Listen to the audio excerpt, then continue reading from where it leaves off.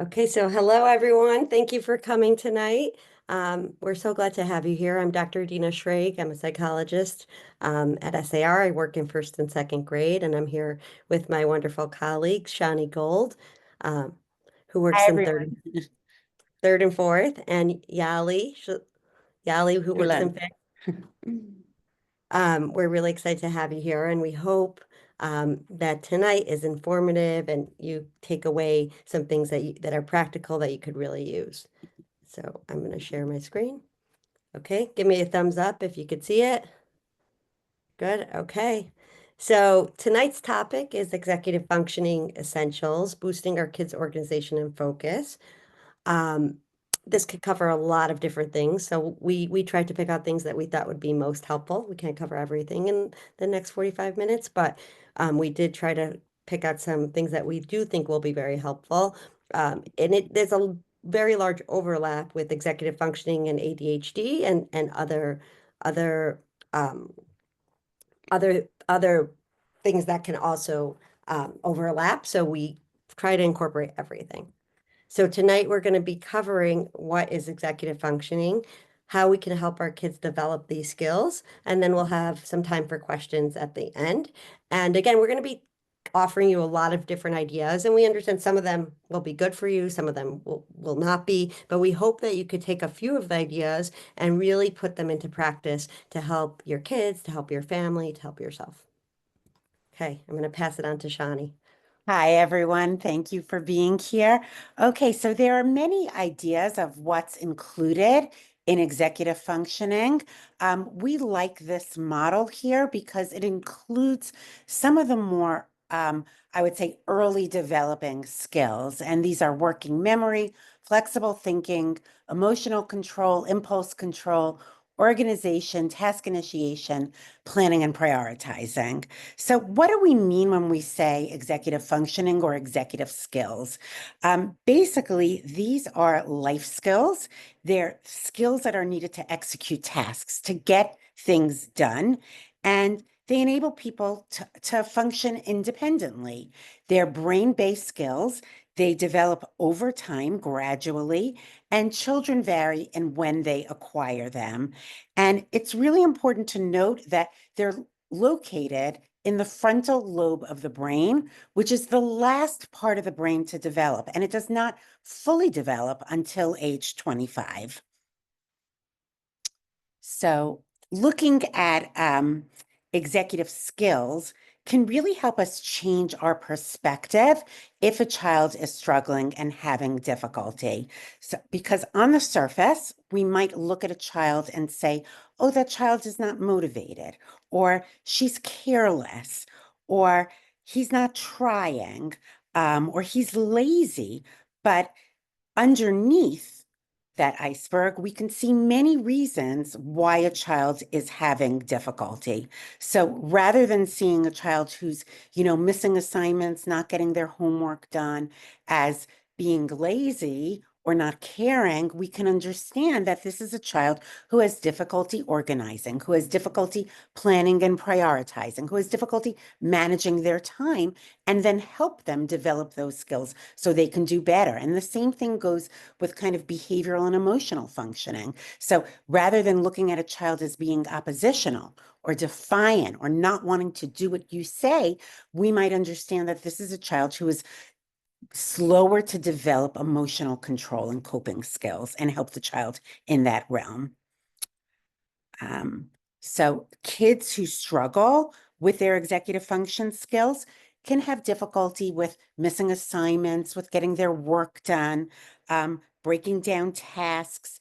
They tend to have a low tolerance for mundane tasks and really prefer things that are of high interest. Sometimes this is very common. As Adina mentioned, ADHD is one kind of an executive function challenge. And often when a child is first diagnosed with ADHD, parents will wonder, well, this doesn't really make sense because my child can sit down and attend to a video game for hours, or for a good reader, they could sit and read a book for a really long time. So it doesn't seem to really be an issue of attention, but it's not about being able to attend. It's being able to shift attention to what's important and to pay attention to even things that are not of high interest. Kids with executive function challenges hear a lot of negative feedback, and effective praise is really one of the most powerful ways that you can influence and change your child's behavior. Kids tend to tune out that negative feedback, and it can really take a toll on their self-esteem. So where possible, it's great to give praise. And I'd like to spend a few minutes just talking about what effective praise looks like. So effective praise is not just saying to your kid, good job. It's being really specific about the particulars of their accomplishment. So for example, you really worked hard in cleaning up your toys tonight. I appreciate that.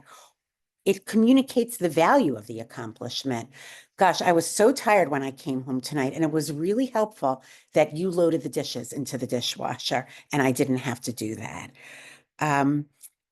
When you praise a child, you want to let them know that you saw them working hard to accomplish the task, even if they didn't fully get it done. So you're praising, you're kind of shaping the behavior through your praise and acknowledging what they did do. Boy, I saw your brother was really getting on your nerves tonight and pushing all your buttons, and you really tried to keep your cool. So even if they didn't keep their cool completely, acknowledging their efforts goes a long way. Praise shows an appreciation of a child's ability to problem solve or to use other skills. So saying something along the lines of, I see you thought hard about that and that you're trying to figure out a solution to this problem. Reminding children and prompting them even and talking about when things go wrong can be deflating. And what we want to do is be empowering. So highlight for students that they have these powers in them and find opportunities to praise them. There are three primary ways to help kids with executive skills. We're going to go through each skill that we outlined at the beginning in depth, but I want to talk in general about the three ways that kind of applies to all skills. So number one is changing the environment, two is teaching the skill, and three is using incentives. So changing the environment can reduce the impact of weak executive function skills when a child has not yet acquired the skill, when they're still learning it. And when we talk about environmental modifications, we're looking at things like minimizing distractions. So finding a quiet place for your child to do their homework, shortening the task, building in breaks, giving choice where possible. Something along the lines of, do you want to start with your math homework tonight or do you want to start with Eve creating schedules for kids, visual schedules are particularly helpful, giving advance warning when something is going to change, and using visual cues wherever possible. Then we want to teach the skill. And it's important to know that when we're teaching new skills, consistency is key. We love what Peg Dawson says about teaching these skills to kids. She says, pick something you'll do no more than 5 minutes a day, but make sure to do it every day. So pick something small that you can embed in your daily routine. Perhaps it's a morning routine, perhaps it's homework, perhaps it's just, getting your child to put away their homework and pack up their backpack for the next day. And you want to list the steps in the routine, make them very concrete, walk your child through those steps, and make a visual schedule that outline those steps. And you're not just, handing your child that schedule and leaving and expecting them to do it. You're really practicing with them in the beginning and then gradually fading out the verbal prompts. And the goal is to have the child be able to do it more independently following the visual prompts, but perhaps you're still there pointing to them and giving reminders where necessary. A little bit about the use of incentives. So, incentives can be great to get kids to use skills that are hard for them. So, you're not only using incentives. This is not about just setting up a reward system. You're teaching the skill. But as a child is learning a new skill, that's really effortful, and they may resist doing it. And incentives can just help them lean into something that's hard and pave the way for them making a change. Putting an incentive after a task also teaches delayed gratification. You're helping them learn to wait, which is a skill that we want them to work on. And we are not talking about big prizes. We're talking about small things that they can use, that they can look forward to. As adults, we give ourselves incentives all the time. So we shouldn't be afraid to use it for our kids. I'll give you an example. Last night, I cooked a big dinner. My stovetop was an absolute mess. I had a sink full of dishes, things dripped all over the floor. I was so tired. The last thing I wanted to do was clean up my kitchen, and I really just wanted to avoid it and procrastinate. So I gave myself a little incentive. Like, I broke it down. I kind of said to myself, all right, I'm just going to get at least the dishes out of the sink tonight. So I'm going to wash these dishes. And when I'm done washing the dishes, I get to watch my TV show on Netflix. It could be something as I'm just going to read my book, but some small incentive to get them through the task. Okay, some things that work well. Um, we all tend to reflect with kids when things go south, when something's not working right. That's when we tend to sit down with our kids and have a conversation with them. But it's so much more effective and so much more powerful to reflect with our children when things are going great, when they're successful, asking them questions like, wow, how did you do that? What was your plan? What was your strategy? Why do you think that worked? And when things are not going well, using language such as, I noticed this was hard for you. Um, and being really mindful of the language we're using during these times. We also want to be aware and conscious of our parenting match with our kids in terms of executive function skills, in terms of our styles. Sometimes you have, a parent with weak executive skills and a kid with weak skills. And that can be challenging because you're managing your own stuff. It could be equally challenging if you're really strong in this area and your kid struggles. And that can be so frustrating. So it just really helps. We think that statistic that I quoted in the beginning, that it takes 25 years for that brain to mature, for the frontal lobe to mature. Remind yourself and try to be patient. And remember, your child, the way they look at 6 is not going to be the way they look at 15. And the way they look at 15 or even 18 is not going to be the way that they look at age 25. Okay.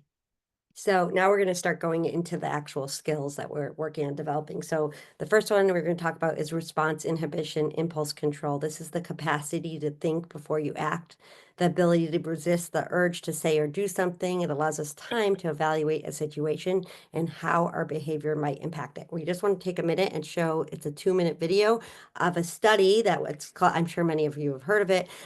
It's the marshmallow experiment, which was originally took place in 1970.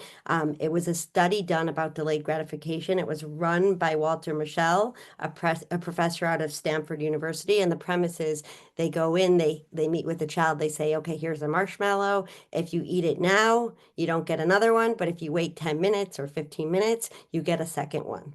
And then they kind of watch, can the kids wait? So here we go.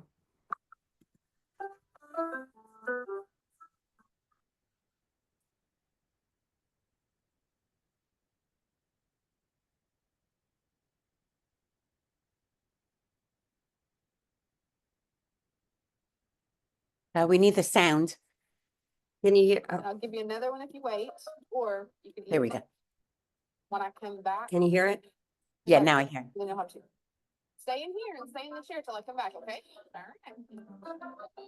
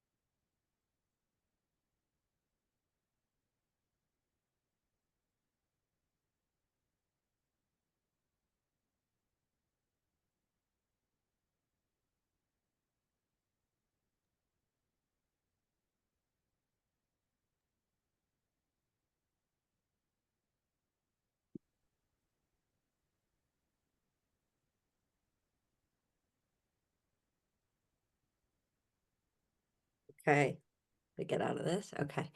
So that study is a very famous study, and they did a lot of longitudinal studies over time to track the students, like the students that were the kids that were able to wait and the kids that couldn't wait. And what they found was that the kids that were able to resist for 10 or 15 minutes later exhibited significant fewer behavior issues, lower levels of obesity, lower levels of drug use, higher SAT scores. They were better able to respond and cope with stress, better social skills, more attentive, and they had better frustration tolerance. So really what response inhibition is, it's really teaching kids to wait. Hang on. Okay. So here's some strategies we could use to help. You could set a timer. You could tell a kid, okay, we're going to wait 30 seconds before we respond, or we're going to wait 10 seconds to give them some time to, if you see below that, stop, think, and act before they respond super quickly. When giving instructions, you might say, first, we're going to wash our hands, then you could play. So you're going to break down the instructions for them. Games like Simon Says, red light, green light, those really teach kids to wait, because if you're not following closely, you get out. Counting to 10 before we respond. Working memory is the brain's ability to hold information and manipulate a small amount of information while performing complex tasks. It incorporates the ability to draw on past learning and experiences to apply to the situation at hand and project it into the future. Now, working memory can be really hard for some kids, and it could affect reading, it could affect, language acquisition, it could affect so many different things, and it's not so easy to teach. But there are things we can do to help, and a lot of it has to do with, repeating information, visualization, and so on. Here we go.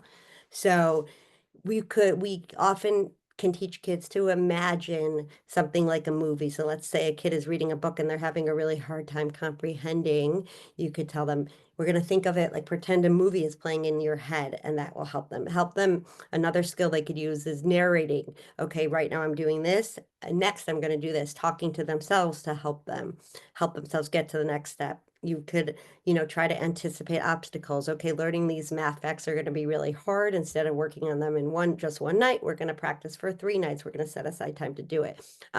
Be undistractable. So really set aside things that are going to distract you, put them to the side, such as our phones.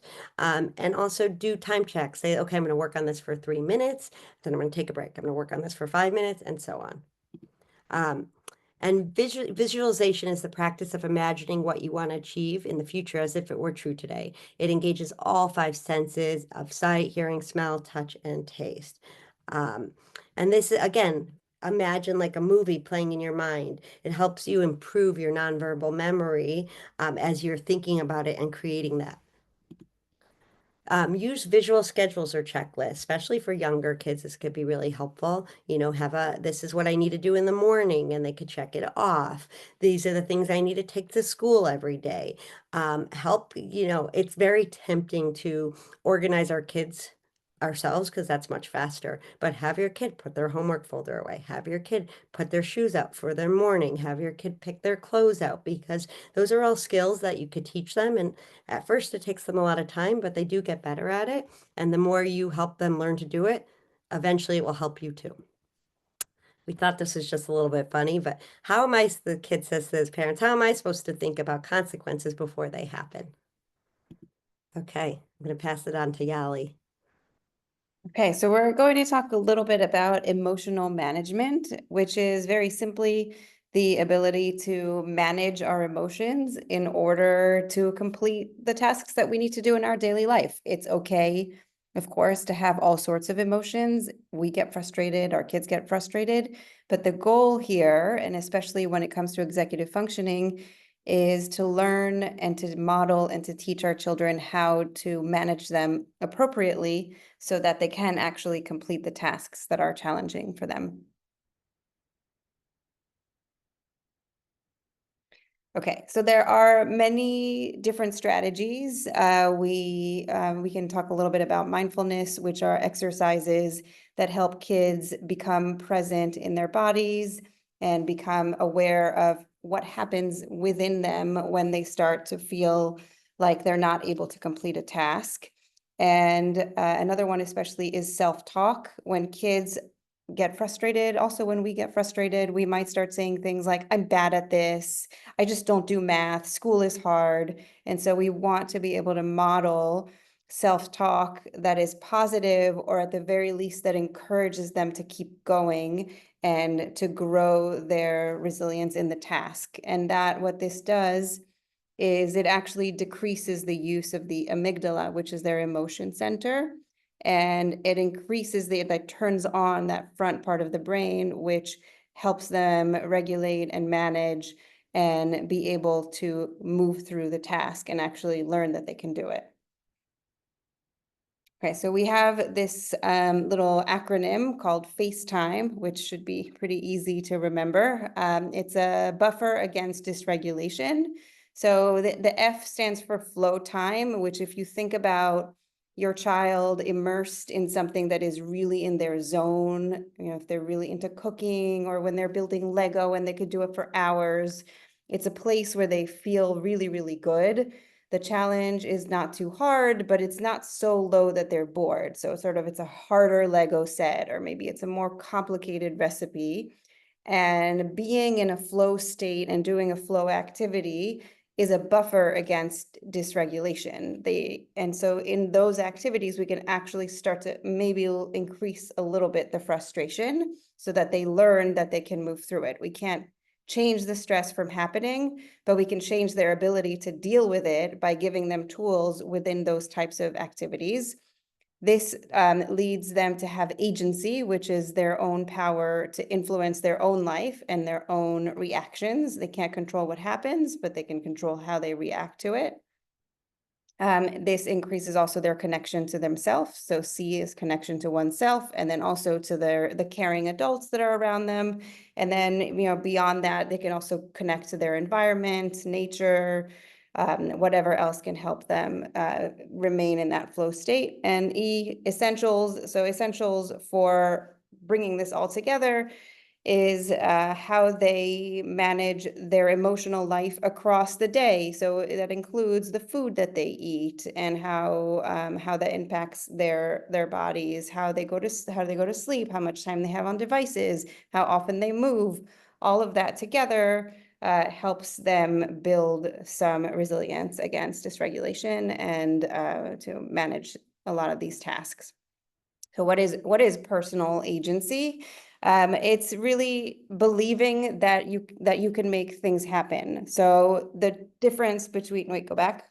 The difference between having agency and not having agency is if you don't have it, you feel like things are happening to me. I can't make choices. Nothing affects my future. I don't have control. There's just no point. But having agency, the script changes a little bit. So it's actually, I can make things happen. I am capable of doing things. My choices actually do impact what happens in my life. It's very important, and for some of us, this might be challenging, is to have flexibility around this, to be able to revise plans, to look at, to move through obstacles and say, okay, that didn't work. What else can we try? Or to really also have the patience to move through small changes that we do and believe and understand that it may take several days or weeks or even a couple of months to actually get these practices in place. We want to be able to go with the flow and deal with surprises and disappointments. We don't want to be super, super focused on one goal, because we might actually have to meet small little goals to get there. Often kids with ADHD might be more flexible, but certainly a child with autism might struggle more with being flexible, and it can look like all sorts of things. It can look like anxiety. It can look like a different kind of mood associated with what they're going through, but it relates to them having trouble reacting and adapting to a change. So with flexibility, and here are some tools also, to two different books that we recommend around being flexible. So one is Unstuck on a Target, and another one is like sort of a fun comic one called Super Flexes Take on Rock Brain and the Stuck Bots. and it helps them learn about flexibility in an accessible way. All right, so sustained attention is very challenging, and it is the capacity to maintain attention to a situation or task despite just being distracted or being tired or being bored, which we all struggle with, I think. And if we look at kids these days, it's very, very hard for them for many of them to sustain their attention for long periods of time. So we have some ideas on how to help them move through a task to its completion while not becoming too fatigued, and maybe the attention looks a little bit different. So of course, the first one is movement. Adding movement breaks in between different parts of a task can help them improve their focus, and it can help them complete the task. So when kids get home from school, they've spent the whole day sitting and learning and trying to figure everything out. Give them a break to move around before getting to homework. So my son today came home and he said, "Mommy, I'm going to go play baseball, and then I'm going to read my 10 books from my book baggie." And I said, "Okay, great, go." And he went outside, hit the ball, came back, and he was able to read some of the books, not all 10, but that was fine. And then you can ask the child, involve them. How long do you think you could work before you need a break? Try to stretch it out, use timers, work with them to create this schedule so that they know that they have agency and that they actually are doing something to help themselves. Of course, breathing, that is the most accessible tool that we have, our breath. If our kids learn to take a deep breath, or we have a myriad of different breaths available in our SAR mindfulness library on YouTube, any of those are all designed to work with kids. But something that is very quick is putting your hand on your child's belly and saying, "Just breathe into my hand. We're going to do this together. Breathe into my hand." And then it helps them, it regulates their body very quickly, and it can help them move through the task. Okay, we're going to talk next about task initiation. Task initiation is one of the last of the executive skills to develop. It's a challenging one. It's the opposite of procrastination. We know how much kids like to procrastinate, how often they do, and kids who struggle with executive functioning, this is a really hard one for them. So one idea is to make sure when you're planning with your kids, that you set a start time, that is part of the plan. We're going to talk a little bit more, the next skill is going to be planning and prioritization, but in terms of getting them to start, that should be written on the plan. And sometimes that can help them begin a task more readily. And notice I said plan with your child. You don't want to plan for your child. You really want to involve your child in the planning process. So build some choice in there. What time do you think you'd like to start? Would you like, and give them some choices, because you don't want them to say 11 o'clock at night, right? Do you want to start this before your snack or after your snack? Should we start at 5 or should we start at 5:15? But giving them some agency can be helpful with that. You want to set small goals to start and praise effort. So even if they're not achieving the goal, working towards something. So you're not saying to your kid, on Sunday, we're going to clean up your room. We're saying, okay, let's make a start time for when you're going to pick up 5 things from the floor. It may seem so tiny, but it's better to have them feel successful and get that sense of having accomplished something, and then you build from there. Okay, the next skill is planning and prioritizing. And that's the ability to create a roadmap to reach a goal or complete a task. It involves being able to make decisions about what's salient, what's important to focus on, and what you can leave for later. Students who are weak in this skill have difficulty identifying the steps required to accomplish a goal, and they also have difficulty knowing the order in which to do those steps. So it's really important to make that plan with them. as Adina said before, mind movies can be very effective, trying to visualize what that plan is going to look like, making it visual, and using a planner. We really recommend as many visual tools as possible.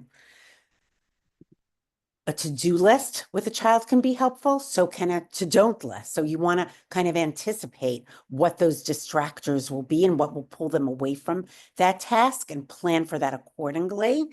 And then, but really think about breaking down tasks and assignments ahead of time, chunking them into small pieces.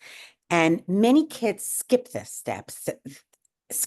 They don't like to do it. They think planning is a waste of time. Why do I need to do this? It's just something else to do. Let me just start. Whereas actually planning helps them manage their time so much more efficiently. And in the long run, is really doing something. So you want to help your child reframe this.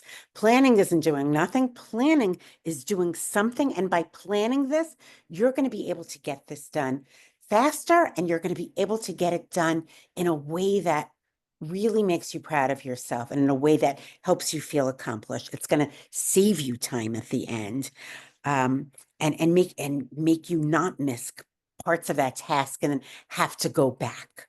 So if your child comes home with a long-term assignment or a project, start that plan with them that day. The day they bring it home, that's when you want to start breaking it down and making a plan in a planner with small chunks, with dates that each thing will be accomplished by. And remember to include a few kind of catch-up dates, because, you know, life doesn't always go as expected. And there may be days that your child is too tired and things happen in life. So we want those catch-up dates built in so they can get it done efficiently. Okay, so organization is the ability to create and maintain systems to keep track of information and materials. The example here, I think this is probably my favorite thing from this presentation, is this is my own daughter, my 9-year-old, who was 8 at the time, asked me for Hanukkah to get her 5 bins. These are bins from Target. And she used our Cricut to create labels Monday, Tuesday, Wednesday, Thursday, Friday. And this is in her room. And every Sunday, she plans her entire week of clothing and puts them into bins, which is like very, very lovely because she's the only kid who's then not struggling the whole week. What do I have to wear tomorrow? And she like will ask me, okay, is there a blue and white day this week? Is there like a spirit day? And she plans ahead. So this is like a really, really amazing system. It sits in her room and she does it all by herself. She actually even made this, like she came up with this idea. And she made it, and it's just really practical and really helpful. This is like about, this really speaks to breaking down tasks. So if you go tell your child, clean out your locker, you can't just say clean out your locker. You kind of have to give them examples. Here's here's where you're going to put your pens and markers. Here's your section for your notebooks. Here's binder colors, and walk them through the steps, empty everything out. Organize it by binders, organize the notebooks. Then you're going to do the pens and markers. Then you're going to celebrate good job. So you really have to break down the tasks. And it's the same as Shani had said before, cleaning your room. It is really hard for a kid to just go clean their room. So you might say, tonight, you're going to put away your laundry. Tomorrow night, you're going to straighten up the closet. The next night, we're going to work on your dresser. And that really breaks it down for them. This, I think, is especially good for young kids. You could use your own child as a visual to make a checklist for them. So, are you all dressed? Is your kippah on? Are your tzitzit on? Are your shoes on? Do you have your backpack packed and ready? Right? You could hang it on your door. You just laminate it. You dry erase markers, and they could check it off every day.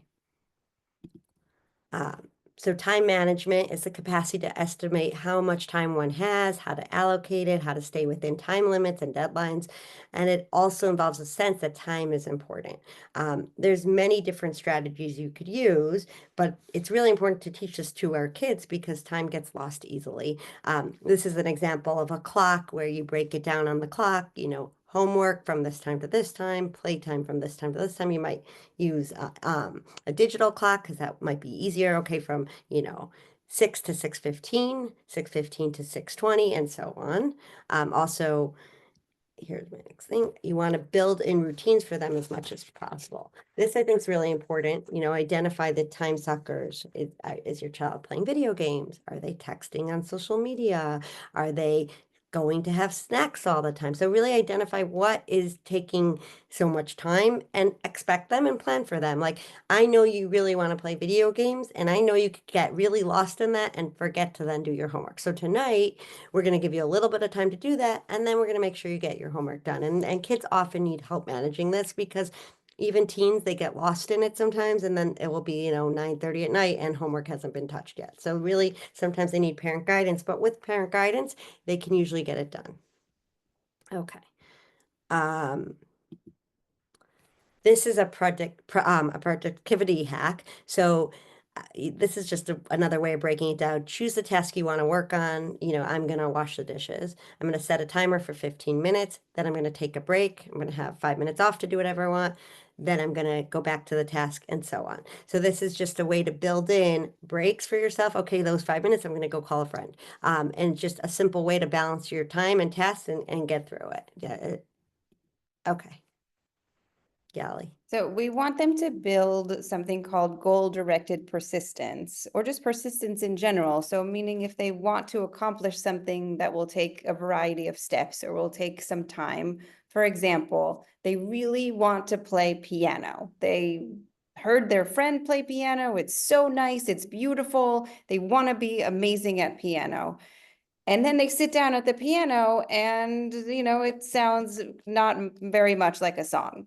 And so what we want them to learn is not just with piano, but also with homework, with writing, with number sense, with anything with sports, that it takes time to build that ability. And so directing themselves towards that goal and being able to break down that end goal into smaller steps takes planning, it takes working memory, sustained attention, everything that we've been talking about, response inhibition, managing their emotions. And this might be a shocker, but most middle schoolers don't have that skill yet. They don't know that it takes frustration and grunting and having to move through all the hard stuff to actually get to playing that song in an amazing way, or being able to shoot a 3-throw or write an essay. And so that's something that we want as parents to model for our kids, so that if we are trying to achieve something at work or at home, you know, we want to be, you know, we're trying to create something or complete something. We want to show them that we also can get frustrated, but we move through. And we want to help them set and achieve the little goals to get to the big goals and praise their effort. So that might look like, okay, you're going to practice 3 days a week to learn this song, and we're going to write it down each time, and then we'll track how long you've been practicing. And at the end of every month, you can have a concert for us to show us how much you've improved, or something like that, so that they see their improvement and they feel proud of themselves. And also it is building the skill. Same thing with writing. You can, you know, they can be working on a specific letter formation, and then you can help them, they can help you write a grocery list, and you can praise them on, wow, look at what beautiful your A's look.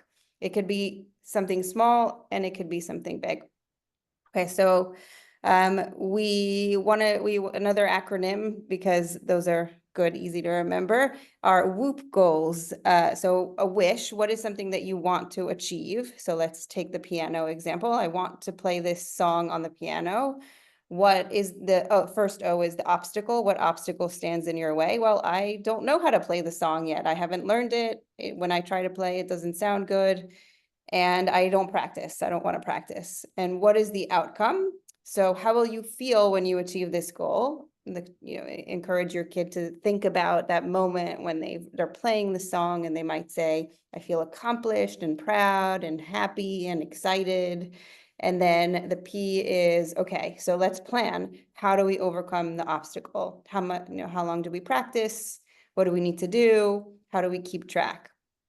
And so some examples of goals: short-term goals, something that you could do in the next few weeks; long-term goals, next few months; Then you have your Mona Lisa goals, something really huge that maybe they want to learn an entire booklet of songs, right? Help them measure out what those goals are. We have sort of a visual for our visual learners in the room. The identity is I am an artist. So how do I exist so that identity continues to be real for me? Well, I will draw every day. That's my process. And the outcome of that goal, the goal might be, well, maybe I draw every day and I'm an artist, so I'm going to participate in the art contest. So we frame it, you can frame it as both something that can become part of who they are and also something that can become something that they're excited about. Here are some really good resources on how to plan out some of these strategies that we've shown you. And we are also resources, the three of us. We're happy to chat through anything that you've seen that might have been, a little bit too fast because we're trying to get it all in. And I think we're ready for questions, right? If anybody has questions.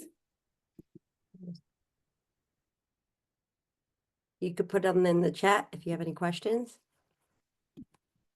Any questions by anyone? Otherwise, we're gonna I have wrap a up. question.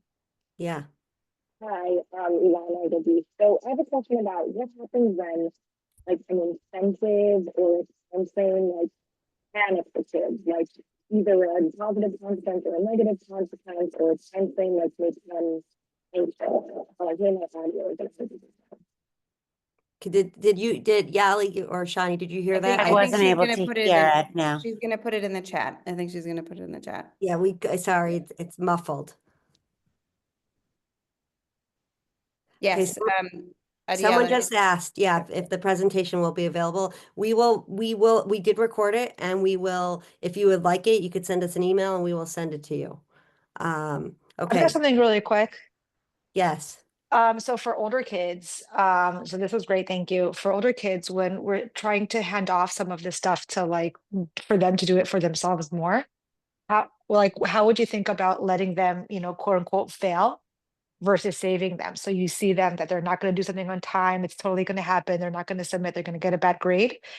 And then sometimes they come and they're like, save me, please. Okay, I would say, there's probably a balance in that. You have to be strategic about it because obviously if you just let them fail, they're gonna feel really bad and it's gonna be really hard to get out of that. But like you could break it down for them and slowly do less and less until they're more independent about it to the point that, they will remember to do it. I think, until they're at that point, they do need reminders from parents. Even in high school, I have high schoolers, we still remind, they need a lot less of it depending on the kid, but like just sometimes it helps them like stay on task. We're studying for SATs. That's like a really long process. So like to stay on top of that, sometimes even for, 16, 17-year-old, they still could use like a little bit of support. But again, that support is much, much less as they get older and older and more able to do it on their own. Yeah, and I just want to add to that something that Shani said, that the brain doesn't finish developing until they're 25 years old. So it is actually completely developmentally normal for them to need the reminders and the help and the presence of parents or caregivers around them. There are a couple questions in the chat. Adina, do you want me to Yeah, read? so I see Alana, and we're going to go to yours because we couldn't hear you. What happens when incentives or timeframes make kids more anxious? I would say don't use them. Sometimes, incentives could be really helpful for kids, for other kids not, but I think you have to see what works for your child. You obviously don't want to make them more anxious, but you also want to give them skills. We are actually, this is the perfect time to plug this. We are doing a book club December 2nd and a home in Riverdale on anxiety, and that will be all about anxiety, based off of the Lynn Lyons book, Anxious Kids, Anxious Parents. It's a great book. I'm currently rereading it again because I haven't read it for a few years, and it has so many good strategies in terms of dealing with anxiety, because anxiety is a whole nother topic and there's so many ways to feed into anxiety, but there's also so many ways to help kids overcome it. Yeah, I just want to add also that you can help them figure out internal incentives and goals rather than something external. Try to see like, okay, if the goal is I want to get better at my handwriting, then sit with the child and have them think about what inside of them will motivate them to get there rather than imposing the time frame and the incentives. There may be something that they're trying to achieve that you could bring out of them.